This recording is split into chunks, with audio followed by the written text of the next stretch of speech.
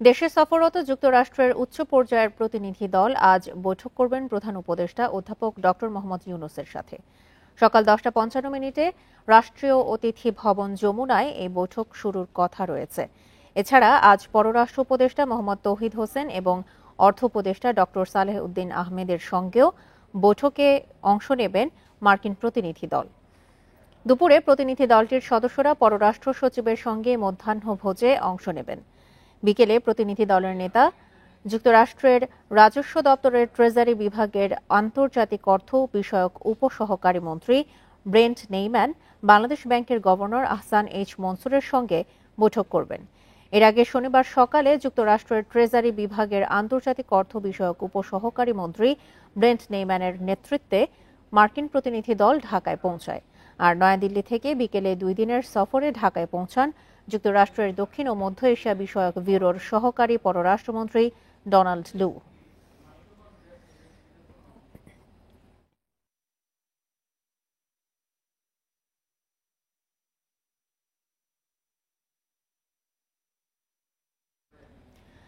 দেশের আর্থিক খাত সংস্কারে যুক্তরাষ্ট্রের কাছে সহযোগিতা চাওয়া হবে বলে জানিয়েছেন অর্থ উপদেষ্টা সালেহ উদ্দিন আহমেদ।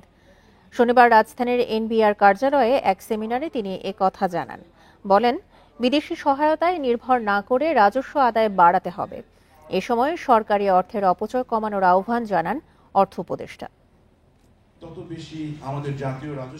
অর্থ আইন নিয়ে আলোচনা সভার আয়োজন করে Bangladesh civil service taxation association. এতে উঠে আসে নতুন আইন ও রাজস্ব আদায়ের নানা বিষয়।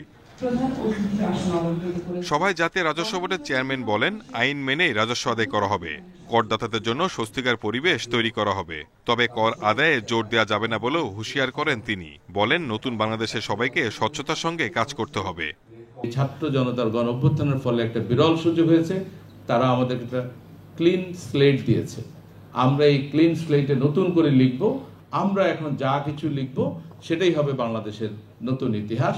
সুতরাং আগে কি করেছি, আগে কিভাবে চলেছি, সম্পূর্ণ কিছু ভুলে গিয়ে যেটা আমাদের করা প্রয়োজন, যেটা আমাদের করা উচিত, সেই কাজটা আমরা প্রপারলি করব। অনুষ্ঠানে অর্থ উপদেষ্টা বলেন, কর ফাঁকি বন্ধ করতে হবে। বিদেশি ঋণে ঝুঁকে না পড়ে নিজস্ব উৎস থেকে অর্থের সংস্থানেও জোর দেন তিনি। তাগিদ দেন সরকারি অর্থের অপচয় কমাতে। সরকার যেন কোনো রকম অর্থের অপচয় না করে, এটা হলো সবচেয়ে বড় প্রিন্সিপাল। মানে একটা অনেকের ধারণা সরকার ট্যাক্স দেয়, লোকের কাছে ট্যাক্স নেই। তার নানা রকম অনুষ্ঠান উপন্যাস অনেক রকম, যেটা আমরা দেখতে পেয়েছি, যে এগুলো আমরা চেষ্টা করবো এগুলো যতটুকু সম্ভব। তার মানে এই নয় যে রাজস্ব করের টার্গেট কমিয়ে দেবো আমরা। উপদেষ্টা জানান, অর্থনৈতিক সংস্কার নিয়ে মার্কিন ট্রেজারি বিভাগের সঙ্গে বৈঠক করা হবে। সংস্কার কাজে তাদের সহযোগিতা চাওয়া হবে বলেও জানান তিনি। Shahid Ahmed, independent News, Dhaka. নগদ টাকা উত্তোলন বাড়ায় কমেছে ব্যাংক আমানতের পরিমাণ। গত জুলাইয়ে উত্তোলন বেড়েছে 0.41%। অর্থনীতি বিশ্লেষকরা বলছেন, ব্যাংক খাতে নানা অনিয়ম দুর্নীতির কারণে আস্থা কমেছে মানুষের, ফলে কমেছে আমানত। এই পরিস্থিতিতে রাজধানীতে বেড়েছে সিন্দুক বেচাকেনা। ব্যাংক থেকে নগদ অর্থ উত্তোলনের পরিমাণ বেড়েছে। বাংলাদেশ ব্যাংকের হিসেবে জুলাই মাসে দেশের বিভিন্ন ব্যাংক থেকে নগদ উত্তোলন হয়েছে 2,91,630 কোটি টাকা। আগের বছরের তুলনায় এ জুলাইয়ে নগদ টাকা উঠানোর হার 9.49% বেড়েছে। এর ফলে কমেছে ব্যাংকে আমানতের পরিমাণ। জুলাই মাসে 0.46% কমে মোট আমানত দাঁড়িয়েছে 17,34,026 কোটি টাকায়। এদিকে ব্যাংকের বাইরে মানুষের কাছে নগদ টাকা রাখার প্রবণতার কারণে রাজধানীতে বেড়েছে সিন্দুকের চাহিদা। ব্যাংক, বিমা ও ব্যবসা প্রতিষ্ঠানে সিন্দুকের ব্যবহার থাকলেও এখন বাসাবাড়ির জন্য সিন্দুক কিনছেন অনেকে। একটা জিনিস রাখবো, যদি রাখার পরে যদি নিশ্চয়তা না পাই, সেটা নেওয়ার চাইতে আমার যেটা গ্যারান্টি পাবো সেটাই নেওয়াটা ভালো না? লকার কেনার উদ্দেশ্য হলো আমরা যে জিনিসপত্রগুলো রাখি এগুলো সেফটির জন্য একটু ভালো মানের লকারেই এটা প্রয়োজন রাখা উচিত। যারা অনেক বেশি টাকা বা গোল্ড রাখবে তারাই এটা নিতে আসে। অনেক ধরনের কাস্টমার আছে যেমন সিকিউরিটি পারপারসন হাই চায়, যেরকম ফিঙ্গারপ্রিন্ট আছে, পাসওয়ার্ড আছে, মাস্টার কি আছে, এগুলো হচ্ছে তো আর কেউ কেউ হ্যাক করতে পারবে না। বিশ্লেষকরা বলছেন গত কয়েক বছরে ব্যাংক খাতে নানা অনিয়মের কারণে গ্রাহকের অনাস্থা বেড়েছে। পাশাপাশি অপ্রদর্শিত অর্থ নিজের কাছে রাখায় এই পরিস্থিতি তৈরি হয়েছে। মধ্যবিত্ত পরিবারের সারা জীবনের সঞ্চয়টা যদি একটি ব্যাংকে আটকা পড়ে যায়, সে তো অসহায় হয়ে যাবে। সুতরাং তার জীবন রিস্কে পড়ে যাবে। সুতরাং সে 100% যখন নিশ্চিত না হবে, তখন সেই টাকাটা, সুটকেসের টাকাটাকে আবার ব্যাংকে ফেরত আনবে না। সাধারণ মানুষের কাছে যখন মনে হবে যে প্রফেশনালিজম ফিরে আসছে ব্যাংকিং সেক্টরে, তখন সবার আস্থা ফিরে আসবে। ব্যাংক খাতে সংস্কার ও শৃঙ্খলা ফেরাতে অন্তর্বর্তী সরকারের উদ্যোগের ফলে মানুষের আস্থা দ্রুত ফিরে আসবে বলে মনে করছেন বিশ্লেষকরা। তৌহিদ রানা, ইন্ডিপেন্ডেন্ট নিউজ, ঢাকা। বৈষম্য বিরোধী ছাত্র আন্দোলনকালে যাত্রাবাড়িতে এক শিক্ষার্থী ও পথচারী হত্যা মামলায় আসামি করা হয়েছে পরিবেশ অধিদপ্তরের ৩ কর্মকর্তা, জেলা প্রশাসনের নির্বাহী ম্যাজিস্ট্রেট থেকে শুরু করে অফিস সহকারীকেও। 4 বছর আগে যাত্রাবাড়িতে এক বিএনপি নেতার অবৈধ হিমাগার বন্ধে পরিচালিত অভিযানে ছিলেন তারা। অভিযোগ উঠেছে ওই ঘটনার প্রতিশোধ নিতেই তাদের 2 হত্যা মামলার আসামি করিয়েছেন বিএনপি নেতা নবিউল্লাহ নবী। যাত্রাবাড়ির এই বাড়িটির মালিক বিএনপির নেতা নবিউল্লাহ নবীর। বাড়িটির নিচতলায় হিমাগারটির মালিকানা দেখানো হয়েছে তার জামাতা সিরাজউদ্দৌলাকে। হিমাগারটি স্থাপনে পরিবেশ অধিদপ্তরের ছাড়পত্রের জন্য 2020 সালে নথি জালিয়াতি করেন শ্বশুর জামাতা। এ নিয়ে সন্দেহ হলে যাচাইয়ের জন্য ঢাকা ডিসি অফিসকে চিঠি দেয় অধিদপ্তর। প্রমাণ মেলায় হিমাগারের মালিক বিএনপির নেতা সিরাজউদ্দৌলার বিরুদ্ধে মামলা করেন ডিসি অফিস। অভিযান চালিয়ে হিমাগারটি সিলগালা করে দেন নির্বাহী ম্যাজিস্ট্রেট। তবে 2024-এ এসে দেখা যায় ওই ঘটনায় যুক্ত সকল সরকারি কর্মকর্তা কর্মচারীকেই আসামি করা হয়েছে জুলাই হত্যাকাণ্ডে। তাদের অভিযোগ, ওই বিএনপি নেতার জালিয়াতি ধরে ফেলার কারণেই মূল্য দিতে হচ্ছে তাদের। ওই অ্যাগ্রো বেসিস কোল্ড স্টোরেজের বিরুদ্ধে যারা আমরা রাষ্ট্রীয় স্বার্থে, পরিবেশ রক্ষার স্বার্থে যারা কাজ করেছি, তাদের নামই ঘুরে ফিরে একই সিরিয়ালে 5-7 জনের নাম আছে। তাহলে আমরা বলতে পারি যে এটা তো আমাদের উপরে প্রতিহিংসামূলকভাবে দিয়েছে। সনদ জাল কিনা এটা দেখার জন্য আমরা চিঠি লিখে কি অপরাধ করেছি? এজন্য এখন তারা আমাদের বিরুদ্ধে মামলা করবে, আমরা হয়রানির শিকার হচ্ছি। আসল আসামিদের সাথে আমাদের মতো নিরাপরাধ লোক যাদের সাথে এই জুলাই হত্যাকাণ্ডের কোনো রকমের সম্পর্ক থাকার সুযোগ নেই। পরিবেশ অধিদপ্তরের এই 2 কর্মকর্তার বিরুদ্ধে পৃথক 2টি হত্যা মামলা করা হয়।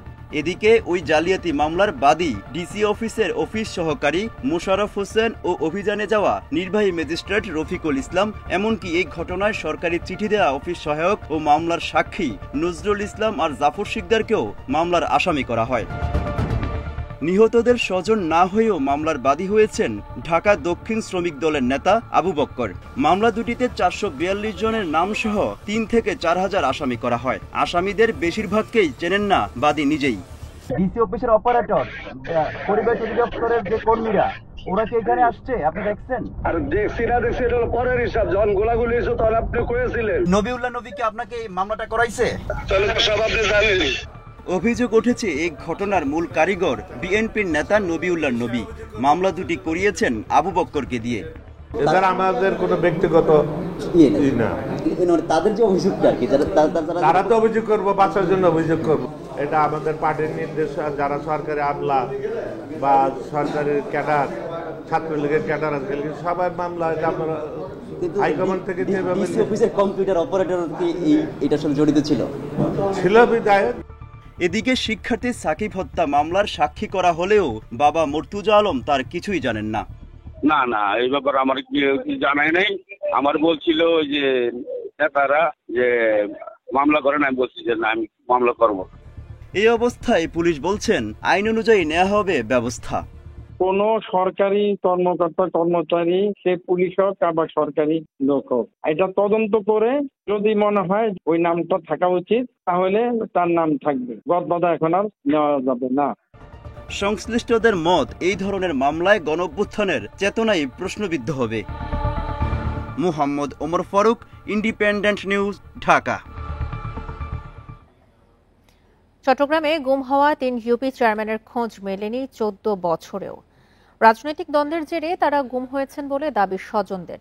গণ অভ্যুত্থান পরবর্তী পরিস্থিতিতে নতুন করে প্রিয়জনের ফেরার অপেক্ষায় তারা। মেরে ফেলা হলেও অন্তত মরদেহ যেন ফেরত দেয়, সেটাই দাবি পরিবারের। ফটিকছড়ির লেলাং ইউনিয়নের চেয়ারম্যান ছিলেন ASM শহীদুল আলম সিরাজ, ছিলেন উপজেলা বিএনপির নির্বাহী কমিটির সদস্য। 2012 সালের 6 মার্চ বিএনপির ঢাকা চলো কর্মসূচিতে যোগ দেওয়ার পর ফেরার পথে নিখোঁজ হন তিনি। 12 বছর ধরে অপেক্ষায় আছে স্ত্রী ও তার 2 ছেলে। তিনি বেঁচে আছেন নাকি মারা গেছেন এ তথ্য নেই তাদের কাছে। বিএনপি না, আমি বলবো যে কোনো দলে কোনো প্রয়োজন নাই। যদি নিজের দেশে কথা বলতে না পারি, নিজের সম্মান রক্ষা করতে না পারি, আমরা আমাদের আপনজনদের খবর না পাই, তাহলে এইসব দরকারি কি, এই পার্টির দরকারি কি? কলডেঙ্গা ইউনিয়নের চেয়ারম্যান ও বোয়ালখালী উপজেলা বিএনপির সভাপতি ছিলেন নজরুল ইসলাম বাচা। 2010 সালের নভেম্বরে গাজীপুর থেকে তাকে তুলে নেয় আইনশৃঙ্খলা বাহিনী। সেই থেকে খোঁজ নেই তার। একই বছরের মার্চে চট্টগ্রামের খুলশী থেকে গুম হন রাউজানের বাগুয়ান ইউনিয়নের তৎকালীন চেয়ারম্যান সৈয়দ মোহাম্মদ আবু জাফর। তিনি ছিলেন রাউজান উপজেলা ছাত্রলীগের সভাপতি। রাজনৈতিক পট পরিবর্তনের পর এখন গুম হওয়াদের খোঁজ পাওয়ার আশা করছে পরিবার। ছোট ছেলে এখন ক্লাস 8-এ পড়তেছে, পড়ালেখা করেছি আর কি। বাপের তো অনেক সুনাম, জানে যদি গোসিনায় হাটে যান, ওনার তার সম্মানের কথা কেউ অসম্মান বলবে না। যদি ওনাকে যদি র্যাফে বা সাদা পোশাকে যারা ওনারা এই গুমটার পরিচালনা করেছেন, যদি ওনাকে মেরে ফেলাই বা ওনাকে বা যেখানে যেটা করুক, যে জিনিসটা আমরা পাওয়ার জন্য আহ্বান জানাব। আওয়ামী লীগ সরকারের পতনের পর আয়নাঘর থেকে মুক্তি পান গত 15 বছরে গুম হওয়া কয়েকজন। Independent news. ছাত্র আন্দোলনে গুলি ও হত্যার অভিযোগে গ্রেপ্তার করা হয়েছে সাবেক জনপ্রশাসন মন্ত্রী ফরহাদ হোসেনকে। শনিবার রাতে রাজধানীর স্কাটন এলাকা থেকে তাকে গ্রেপ্তার করে র্যাব। মোহাম্মদপুরে রুবেল হত্যা মামলায় গ্রেপ্তার দেখিয়ে তাকে আদাবর থানায় হস্তান্তর করা হয়, পরে নেওয়া হয় ডিবি কার্যালয়ে। আজ তাকে আদালতে তোলা হতে পারে বলে জানিয়েছে পুলিশ। 5 আগস্ট সরকার পতনের পর থেকে পলাতক ছিলেন তিনি। এর আগে 19 আগস্ট ফরহাদ হোসেন ও তার স্ত্রীর বিরুদ্ধে মেহেরপুরে একটি মামলা করেন বৈষম্য বিরোধী ছাত্র আন্দোলনের শিক্ষার্থী হাসনাত জামান। এই মামলায় ফরহাদ হোসেনের ভাই সরফরাজ হোসেন মৃদুলকেও আসামি করা হয়েছে।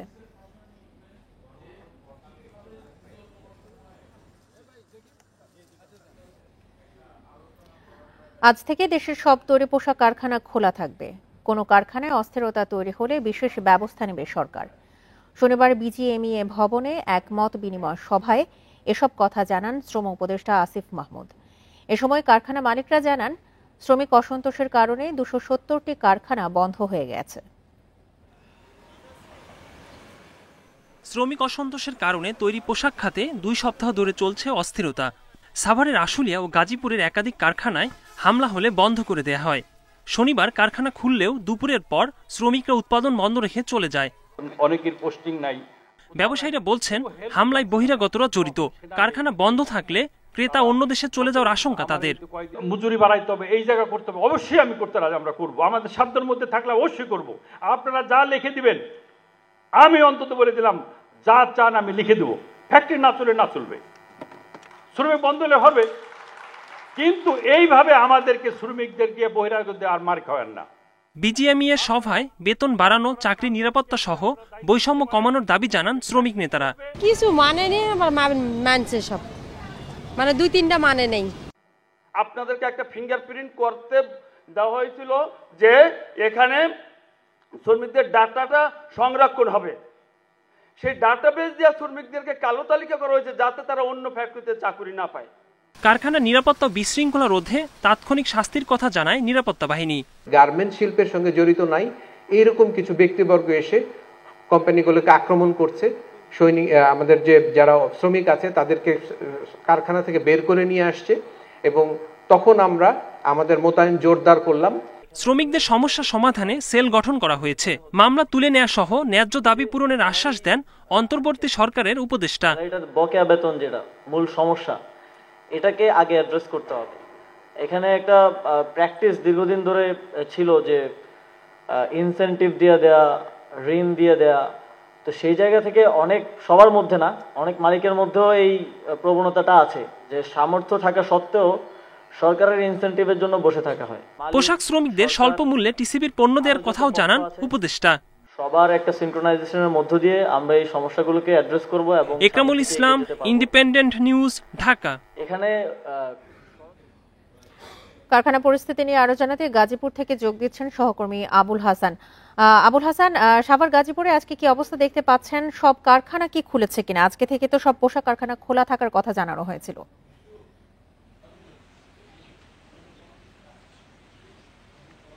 দেখুন, গত বৃহস্পতিবার গাজীপুরে 8টি কারখানা বন্ধ ছিল এবং 30টি কারখানায় ছুটি ঘোষণা করা হয়। কিন্তু শনিবার আমরা যেটি জেনেছি যে বিক্ষিপ্তভাবে 2-1টি কারখানায় আন্দোলনের চেষ্টা করা হলো, তারা পুলিশের উপস্থিতিতে কারণে সেটি সম্ভব হয়নি। ফলে গাজীপুরে কিন্তু মোটামুটি বেশিরভাগ কারখানায় কালকে শান্তিপূর্ণভাবে এখানে তারা কাজ করছে শ্রমিকরা। এবং আজকেও যেটি আমরা দেখেছি যে গাজীপুরে সকাল থেকেই কারখানাগুলো খোলা রয়েছে এবং শ্রমিকরা তাদের কাজে যোগ দিয়েছেন। এবং এখন পর্যন্ত আমরা যেটি খবর পেয়েছি যে কোথাও কোনো অপ্রীতিকর ঘটনা ঘটেনি এবং কোনো ধরনের শ্রমিক অসন্তোষের খবর আমরা কিন্তু পাইনি। আমি একজন শিল্প পুলিশের অতিরিক্ত পুলিশ সুপারের সঙ্গে কথা বলেছিলাম। তিনি আমাদেরকে যেটি জানিয়েছেন যে কারখানায় নিরাপত্তায় তাদের অতিরিক্ত পুলিশ এখানে কাজ করছে, এছাড়া সেনাবাহিনীর টহল রয়েছে। মোটা দাগে বলা চলে যে আইনশৃঙ্খলা বাহিনীর তৎপরতা আগের চেয়ে আরও বাড়ানো হয়েছে। ফলে তিনি বলছেন যে গাজীপুরে এখন পরিস্থিতি অনেকটাই শান্ত এবং কোথাও কোনো শ্রমিক আন্দোলনের খবর তাদের কাছে নেই। এবং মালিকরা যেটি বলছেন যে তারা কারখানা চালু রাখতে চান, সেক্ষেত্রে কারখানার শ্রমিক এবং মালিক তারা উভয়ই চাচ্ছেন যে কারখানায় যেন নিরাপত্তাটা নিশ্চিত করা হয়। এবং তারা বলছেন যে কারখানায় নিরাপত্তা থাকলেই তাদের যে উৎপাদন সেটি শতভাগ নিশ্চিত করা সম্ভব হবে। এবং এর মধ্যে যে কয়েকদিন টানা সহিংসতা হলো, কয়েকটি কারখানায় ভাঙচুর হয়েছে, একটি কারখানায় আগুন দেওয়া হয়েছে, এইসব ঘটনায় কিন্তু এখানে নেতিবাচক একটি প্রভাব পড়েছে এই পোশাক খাতে। মালিকরা বলছেন যে আইনশৃঙ্খলা বাহিনীর যে তদারকি সেটি যদি বাড়ানো হয় এবং যারা এই ঘটনার সাথে জড়িত তাদেরকে শনাক্ত করে আইনের আওতায় আনা গেলেই তারা যে কারখানাগুলো এখন যেটি হুমকির মুখে পড়েছে সেটি থেকে ঘুরে দাঁড়াতে পারবেন। এবং আরেকটি বিষয় আপনার কাছে একটু জানতে চাই, গতকাল যখন শ্রম উপদেষ্টা আসিফ মাহমুদের সঙ্গে বৈঠক হয়েছে বিজিএমইএ ভবনে, সেখানে কিন্তু প্রতিষ্ঠানের মালিকরা বলেছেন যে শ্রমিক অসন্তোষের কারণে এখন পর্যন্ত 270টি কারখানা বন্ধ হয়ে গেছে। যেহেতু পোশাক খাত আমাদের দেশের অর্থনীতিতে ব্যাপক ভূমিকা পালন করে, সেক্ষেত্রে কি এই কারখানাগুলো আবার পুনরায় চালু হওয়ার বিষয়ে কোনো উদ্যোগ নেওয়া যেতে পারে?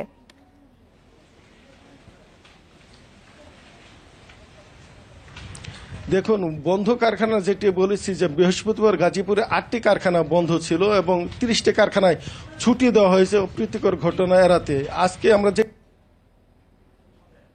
চালাতে সক্ষম না ছোটখাটো কারখানা, এরকম কিছু কারখানা আছে যারা মালিকের নিজেরাই বন্ধ রেখেছেন।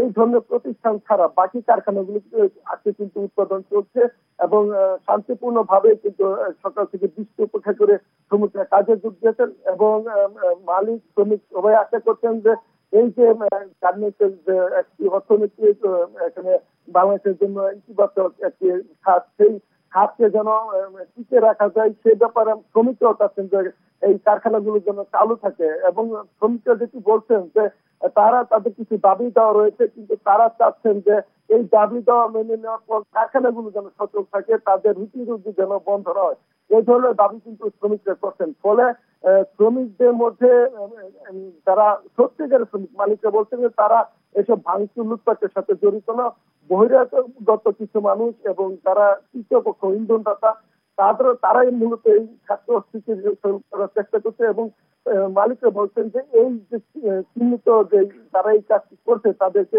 চিহ্নিত করে আইনের আওতায় আনার দাবি তারা কিন্তু করছেন। এবং আজকে আমরা যে খবর পেয়েছি যে গাজীপুরে 2000-এর বেশি যে তৈরি পোশাক কারখানা রয়েছে সেগুলো বেশিরভাগ কিন্তু উৎপাদন প্রক্রিয়া চলমান রয়েছে এবং কোথাও এখন পর্যন্ত আমরা কিন্তু কোনো আনরেস্টের খবর পাইনি। গাজীপুর থেকে জানাচ্ছিলেন আবুল হাসান। আজ থেকে সারা দেশে আবারও শুরু হচ্ছে টিসিবির পণ্য বিক্রি। সাশ্রয়ী মূল্যে 1 কোটি পরিবারকে দেয়া হবে চাল, ভোজ্য তেল ও মসুর ডাল। শনিবার টিসিবির যুগ্ম পরিচালক মোহাম্মদ হুমায়ুন কবিরের সই করা এক বিজ্ঞপ্তিতে এই তথ্য জানানো হয়।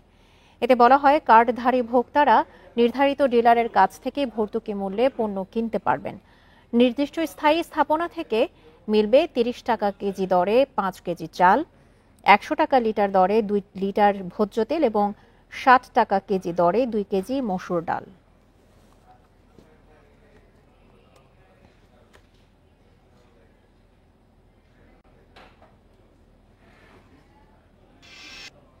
ডোনাল্ড লুর নেতৃত্বে আজ অন্তর্বর্তী সরকার প্রধান উপদেষ্টা ডক্টর মোহাম্মদ ইউনূসের সঙ্গে বৈঠকে বসছেন মার্কিন প্রতিনিধি দল। বৈঠক হবে পররাষ্ট্র ও অর্থ উপদেষ্টার সঙ্গেও। এই মুহূর্তে রাষ্ট্রীয় অতিথি ভবন যমুনাতে আছে আমাদের সহকর্মী নাফিজা দৌলা। বিস্তারিত জানবো তার কাছ থেকে। নাফিজা দৌলা, আজকের যে বৈঠকগুলো অনুষ্ঠিত হবে সেটি কখন এবং কোন কোন সময়ে কার কার সাথে অনুষ্ঠিত হবে, এবং পররাষ্ট্র উপদেষ্টার সঙ্গে যে বৈঠকের আলোচ্যসূচি সেটিতে কোন কোন বিষয় আসলে থাকছে? এখন আমি ঠিক দাঁড়িয়ে আছি রাষ্ট্রীয় অতিথি ভবন পদ্মায়। যমুনায় যে বৈঠকটি আছে সেখানে মূলত প্রধান উপদেষ্টা ডক্টর মোহাম্মদ ইউনূসের সঙ্গে সৌজন্য সাক্ষাৎ করবেন যুক্তরাষ্ট্রের রাজস্ব বোর্ডের রাজস্ব বিভাগের আন্ডার সেক্রেটারির নেতৃত্বে, ব্রেটন নেইম্যানের নেতৃত্বে যুক্তরাষ্ট্রের যে প্রতিনিধি দলটি আছেন, যেখানে আরও আছে বহুল আলোচিত দক্ষিণ এশিয়া বিষয়ক যুক্তরাষ্ট্রের সহকারী পররাষ্ট্রমন্ত্রী ডোনাল্ড লু, তিনিও এই প্রতিনিধি দলের সঙ্গে আছেন। মূলত যমুনাতে 10টার দিকে 11টার নাগাদ সেখানে বৈঠকটি হবে। তবে এই মুহূর্তে যুক্তরাষ্ট্রের 6 সদস্যের প্রতিনিধি দলটি রাষ্ট্রীয় অতিথি ভবন পদ্মায় চলে এসেছে এবং এখানে পররাষ্ট্র উপদেষ্টা তৌহিদ হোসেনের সঙ্গে মূলত প্রথম বৈঠক হবে এবং এর মধ্য দিয়ে তাদের 3 দিনের যে আনুষ্ঠানিকতা আছে, সরকারি পর্যায়ে বিভিন্ন ধরনের বৈঠক আছে, সেই বৈঠকের মূল যাত্রা বলা চলে আজকের এই বৈঠকের মধ্য দিয়ে শুরু হলো। এবং এখানে দ্বিপাক্ষিক স্বাস্থ্য সংশ্লিষ্ট বিষয়ের পাশাপাশি নানা ইস্যুতে আলোচনা হবে। আমরা যতটুকু যুক্তরাষ্ট্রের দূতাবাস থেকে প্রেস বিজ্ঞপ্তি পেয়েছি সেখানে বলা হয়েছে বাংলাদেশের যেই অর্থনৈতিক প্রবৃদ্ধি আছে এবং যেই অর্থনৈতিক চাহিদা আছে সেটি মেটাবার জন্য চলমান যে পরিস্থিতি আছে, অন্তর্বর্তী সরকার গঠন, তার আগের যেই পরিস্থিতি, সবকিছু মিলিয়ে বাংলাদেশকে এই মুহূর্তে অর্থনৈতিকভাবে ঘুরে দাঁড়াবার জন্য যুক্তরাষ্ট্র কী ধরনের সহযোগিতা করতে পারে, মূলত সেই বিষয়গুলো নিয়েই আলোচনা হবে। আর্থিক বিষয়ের পাশাপাশি আমরা যতটুকু জানি স্বার্থ সংশ্লিষ্ট নেই যে বিষয়গুলোর কথা বলছিলাম, যে ইন্দো প্যাসিফিক কৌশল, নিরাপত্তার ইস্যু আছে, এই অঞ্চল নিয়ে যুক্তরাষ্ট্রের একটি আগ্রহের জায়গা আছে, সেই সব বিষয়গুলো নিয়েই মূলত আলোচনা হবে। এবং তার পাশাপাশি আমরা যতটুকু আজকে জেনেছি রাষ্ট্রীয় অতিথি ভবন পদ্মায় এই বৈঠকের পর যুক্তরাষ্ট্রের যে প্রতিনিধি দলটি আছেন, যেখানে ব্রেট নেইম্যান আছেন এবং ডোনাল্ড লু আছেন, মূলত বলা হয় এই দক্ষিণ অঞ্চলের জন্য যুক্তরাষ্ট্রের যেই সহকারী পররাষ্ট্রমন্ত্রী আছেন ডোনাল্ড লু, তার একটি কূটনৈতিক মতাদর্শ বা পারদর্শিতা আছেন। সেই জায়গা থেকে তিনি বাংলাদেশ সহ ভারত, পাকিস্তান বিভিন্ন অঞ্চলে বেশ আলোচিত। তো তিনি সহ যে দলটি আছে সেই দলটি চলে যাবেন রাষ্ট্রীয় অতিথি ভবন যমুনায়। এবং আপনি জানেন যে এই মুহূর্তে যমুনায় কিন্তু প্রধান উপদেষ্টা তিনি অবস্থান করেন, তিনি সেখানে থাকেন, সেটি প্রধান উপদেষ্টার বাসভবন হয়ে গেছে। সেখানে মূলত তারপরে বৈঠকটি আছে, সৌজন্য সাক্ষাৎ হবেন। এবং যুক্তরাষ্ট্রের রাজস্ব বিভাগের যে আন্ডার সেক্রেটারি এসেছেন নেইম্যান, তিনি কিন্তু বাংলাদেশ ব্যাংকেও যাবেন, সেখানেও তাদের একটি বৈঠক আছে। মূলত বলা চলে যে যুক্তরাষ্ট্রের 6 সদস্যের প্রতিনিধি যে দলটি এসেছেন তারা মূলত দুভাগে বিভক্ত হয়ে বিভিন্ন সরকারের উপদেষ্টা এবং বিভিন্ন পর্যায়ের সাথে বৈঠক করবে। এবং তারপরে যে বিষয়টি আছে, দুপুর নাগাদ এই যুক্তরাষ্ট্রের 6 সদস্য প্রতিনিধি দলটি আবার রাষ্ট্রীয় অতিথি ভবন পদ্মায় চলে আসবে এবং সেখানে পররাষ্ট্র সচিবের সাথে বৈঠক হবে। এবং সেই বৈঠকেই বলা চলে মূলত গুরুত্বপূর্ণ বৈঠক, ঢাকা ওয়াশিংটনের মধ্যে কিভাবে আরও সহযোগিতা বাড়ানো যায়, পরবর্তী সম্পর্ক কিভাবে নির্দেশনা করা যায়, ভবিষ্যৎ পরিকল্পনা কি আছে, মূলত সেই বৈঠকেই গুরুত্ব পাবে। এবং তার পাশাপাশি যেটি বলছিলাম যে অর্থ উপদেষ্টার সাথে একটি বৈঠক আছে এবং বাংলাদেশ ব্যাংকের সঙ্গে বৈঠক আছে, সেই বৈঠকগুলোতে মূলত অর্থনৈতিকভাবে যুক্তরাষ্ট্র বাংলাদেশকে কীভাবে সহযোগিতা করতে পারে সেই ধরনের একটি দিক নির্দেশনা আসবে। আপনাদের যে আরেকটি বিষয় বলে রাখি, যুক্তরাষ্ট্র সাধারণত কোনো দেশে সরাসরি ঋণ প্রদান করে থাকে না। আমরা যদি দেখি যেটি ভারত বা চীন বাংলাদেশের সহায়তার ক্ষেত্রে বিভিন্ন ধরনের ঋণ দিয়ে থাকে বিভিন্ন প্রকল্পের আওতায়, তবে যুক্তরাষ্ট্রের ক্ষেত্রে বিষয়টি একটু ভিন্নভাবে। তো যেটি বিশেষজ্ঞরা বলছেন, সেক্ষেত্রে IMF এবং বিশ্ব ব্যাংক বাংলাদেশকে কিভাবে ঋণ দিতে পারে, মূলত সেই জায়গা থেকে যুক্তরাষ্ট্র তাদের যে নির্দেশনা আছে, তাদের যে সহযোগিতা আছে, মূলত সেই জায়গা থেকেই তারা আলোচনা করবে। আজ অন্তর্বর্তী সরকার প্রধান ডক্টর মোহাম্মদ ইউনূস এবং পররাষ্ট্র ও অর্থ উপদেষ্টার সঙ্গে বৈঠক করবেন মার্কিন প্রতিনিধি দল। এ বিষয়ে বিস্তারিত জানাচ্ছিলেন রাষ্ট্রীয় অতিথি ভবন পদ্মা থেকে সহকর্মী নাফিজা দৌলা। সাগরের নিম্নচাপের প্রভাবে শুক্রবার রাত থেকে রাজধানী সহ দেশের বিভিন্ন জায়গায় বৃষ্টি হচ্ছে। আজও এই অবস্থা থাকতে পারে বলে জানিয়েছে আবহাওয়া অধিদপ্তর। বঙ্গোপসাগরে সৃষ্ট নিম্নচাপটি গভীর স্থলন নিম্নচাপে পরিণত হওয়ায় ঢাকাসহ সারা দেশের আকাশই মেঘাচ্ছন্ন। শুক্রবার সকাল থেকে শনিবার পর্যন্ত বিভিন্ন জায়গায় ভারী, অতি ভারী ও গুড়ি গুড়ি বৃষ্টি হতে দেখা গেছে। বিভিন্ন অঞ্চলে প্রায় এক সপ্তাহ তাপপ্রবাহের পর বৃষ্টি হওয়ায় স্বস্তি ফিরেছে সাধারণ মানুষের মধ্যে। তবে কিছুটা দুর্ভোগ পোহাতে হয় খেটে খাওয়া লোকজনকে। বৃষ্টিতে ভিজে বিভিন্ন গন্তব্যে রওনা হন অনেকে। আবহাওয়াটা তো একটু সুস্থ অনুভব হচ্ছে, ঠান্ডা একটু আছে, গরমটা নাই, এইটুকু আর কি। রিক্সা ভাড়া তো পরিমাণ মতো কিছু বেশি চাচ্ছে তারা, বা যেতে চাচ্ছে না, এটাই অনীহা। যেমন আমি হেঁটে যাচ্ছি, এখন হাসপাতালে যাব। বৃষ্টিতে তো ভোগান্তি আছি, তারপরে বৃষ্টির বন্যা প্যাসেঞ্জার অনেক কম, মানুষজন বাইরেই না তেমন। আবহাওয়া অধিদপ্তরের হিসেবে শনিবার সকাল 6টা পর্যন্ত 24 ঘন্টায় ঢাকায় 10 মিলিমিটার বৃষ্টিপাত রেকর্ড করা হয়েছে। সোমবার থেকে বৃষ্টির পরিমাণ কমতে শুরু করবে। এ সময় তাপমাত্রাও কিছুটা বাড়বে। সারাদিন সারা দেশে বৃষ্টি হচ্ছে, গুড়ি গুড়ি বৃষ্টি, কোনো কোনো জায়গায় ভারী বর্ষণ হচ্ছে। এটা আগামী 24 ঘন্টা আরও এটা কন্টিনিউ করবে। এমন বৃষ্টি 24 ঘন্টা পরে যে এটা বৃষ্টির পরিমাণ কমে আসবে। আমরা আশা করছি আগামীকালের পরে পরশু দিন যে বৃষ্টির মাত্রা কমে আসবে, তারপরের দিন যে অনেক ক্ষেত্রে এই বৃষ্টিটা ড্রাই আউট হয়ে যাবে। এদিকে ঢাকা, রাজশাহী, চট্টগ্রাম সহ 14 জেলায় দক্ষিণ পূর্ব দিক থেকে 60 থেকে 80 কিলোমিটার বেগে ঝোড়ো হাওয়া বয়ে যেতে পারে বলে জানিয়েছে আবহাওয়া office. Amirul Islam, independent News, Dhaka. টানা বৃষ্টিতে নোয়াখালী ও লক্ষ্মীপুরে বন্যা পরিস্থিতির অবনতি হয়েছে। এছাড়া বৃষ্টি, ঝোড়ো হাওয়ায় মোবাইল নেটওয়ার্ক ও বিদ্যুৎ সংযোগ ব্যাহত হওয়ায় বেড়েছে ভোগান্তি। নোয়াখালী থেকে যোগ দিচ্ছেন এই বিষয়ে জানাতে আমাদের সহকর্মী আবু নাসের। আবু নাসের, মোবাইল নেটওয়ার্ক এবং বিদ্যুৎ সংযোগ ব্যাহত হওয়ায় যে ভোগান্তি বেড়েছে, এই মুহূর্তে সেখানকার সবশেষ চিত্র নিয়ে জানাবেন। বন্যা পরিস্থিতির সবশেষ কি অবস্থা?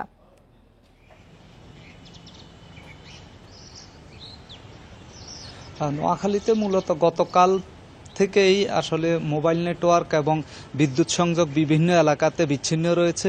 এই পরিস্থিতি নোয়াখালী জেলা শহর থেকে শুরু করে বিভিন্ন উপজেলা পর্যায়ে, গ্রাম পর্যায়ে এবং ইউনিয়ন পর্যায়ে। শহরের দিকে পরিস্থিতি কিছুটা উন্নতি হলো, গ্রামের দিকে এই পরিস্থিতি এখনো আগের পর্যায়ে রয়েছে।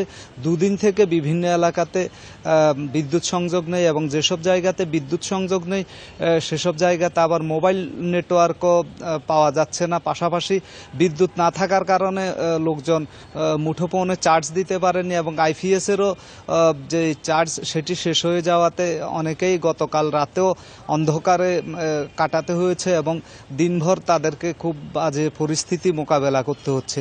বিশেষ করে যেসব এলাকাতে বন্যা এবং জলাবদ্ধতা চলছে গত প্রায় 24 দিন থেকে, সেসব এলাকাতে পরিস্থিতির আরও অবনতি হয়েছে এবং কিছু লোকজন বাড়িঘরে ফিরে যাওয়ার প্রস্তুতি নিলেও আশ্রয়কেন্দ্র থেকে তাদেরকে ইতিমধ্যে যেহেতু তাড়া দেওয়া হচ্ছিল, তারা আসলে আর বাড়িঘরে ফিরে যাওয়ার এখন রাজি হচ্ছেন না। তারা অমত করছেন বাড়িঘরে ফিরে যাওয়ার ক্ষেত্রে, কেননা বাড়িঘরে এখন আগের চাইতে বেশি পানি উঠে গেছে। পাশাপাশি সড়কগুলোতে, অনেকগুলো সড়কে, গ্রামীণ সড়কগুলোতে, দুর্গম এলাকার সড়কগুলোতে, প্রত্যন্ত অঞ্চলের সড়কগুলোতে হাঁটুর উপরে কোথাও কোমর পরিমাণ পানি রয়েছে।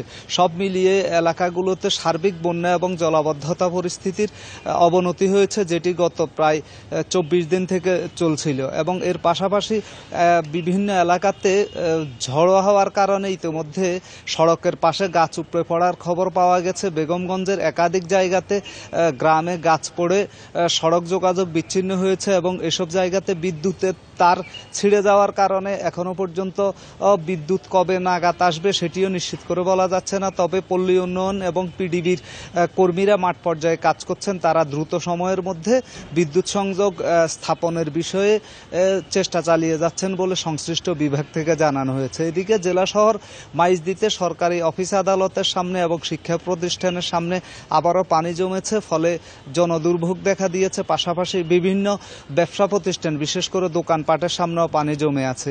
এই পরিস্থিতিতে জেলা শহর এবং গ্রামে উপজেলা পর্যায়ে সব জায়গাতেই আসলে সার্বিক বন্যা পরিস্থিতি এবং জলাবদ্ধতা পরিস্থিতির অবনতি হয়েছে, সেই সাথে বেড়েছে জনদুর্ভোগ।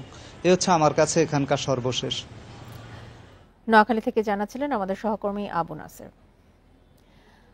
বরিশালে গতকাল থেকে বৃষ্টিতে শহরের বিভিন্ন এলাকায় জলাবদ্ধতার সৃষ্টি হয়েছে। আজ সকাল ৬টা পর্যন্ত ২৪ ঘন্টায় বরিশালে ১৭৬ মিলিমিটার বৃষ্টিপাত রেকর্ড করা হয়েছে। এ নিয়ে আরও জানাতে বরিশাল থেকে যোগ দিচ্ছেন সহকর্মী আল আমিন। আল আমিন, বরিশালে শহরেই বিভিন্ন জায়গায় জলাবদ্ধতার সৃষ্টি হয়েছে, এক্ষেত্রে দুর্ভোগ নিয়ে জানাবেন। জি, আসলে গতকাল থেকে বরিশালে বৃষ্টি হচ্ছে এবং সেই বৃষ্টির ফলে কিন্তু এখন পর্যন্ত আমরা যেটি দেখতে পাচ্ছি যে আসলে শহরের অবস্থা আপনাদের যদি দেখাই, যে এই মুহূর্তে শহরের অবস্থা এটি হচ্ছে বরিশাল নগরীর বটতলা এলাকা থেকে চৌমাথা যে রোডটি, নবগ্রাম রোড যেটি বলা হয়, সেই রোডটি কিন্তু একদমই পানির নিচে তলিয়ে আছে এবং এখানে যে যারা বসবাস করছেন তাদের কিন্তু আসলে দুর্ভোগের শেষ নেই। এই রোডটি না, বরিশাল নগরীর যে বগুড়া রোড রয়েছে, ভাটিকানা রোড রয়েছে, পলিটেকনিক রোড রয়েছে, এই ধরনের অসংখ্য রোড কিন্তু আসলে এরকমের পানির নিচে তলিয়ে রয়েছে এবং আমরা যেটি দেখেছি যে এইখানে কিন্তু পানি হচ্ছে একদম হাঁটু সমান পানি এবং সেই পানির কারণে কিন্তু আজকে বেশ কিছু দোকানপাট কিন্তু বন্ধ রয়েছে। এক পাশের দোকান কিন্তু আমরা দেখেছি একদম বন্ধই রাখা হয়েছে, যেহেতু পানি ঢুকে যাচ্ছে দোকানের ভিতরে, যার ফলে কিন্তু এই দোকানপাটগুলো বন্ধ রাখা হয়েছে।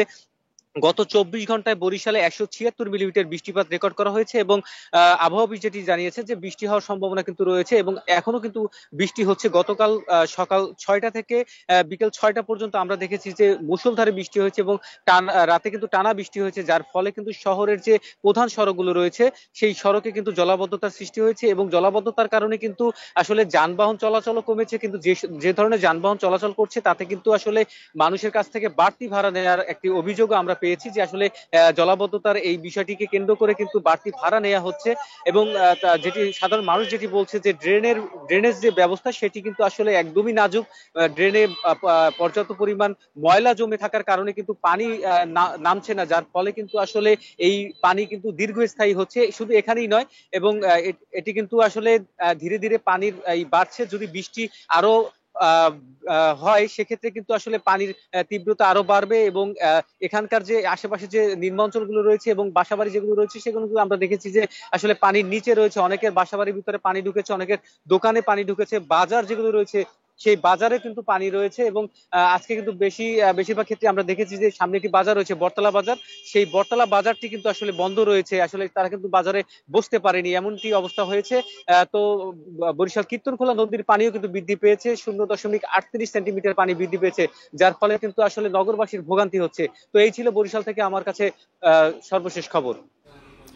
বরিশাল থেকে জলাবদ্ধতার চিত্র নিয়ে জানাচ্ছিলেন আমাদের সহকর্মী আল আমিন। আর এই ছিল এখনকার মতো বিরতিহীন ইন্ডিপেন্ডেন্ট সংবাদে।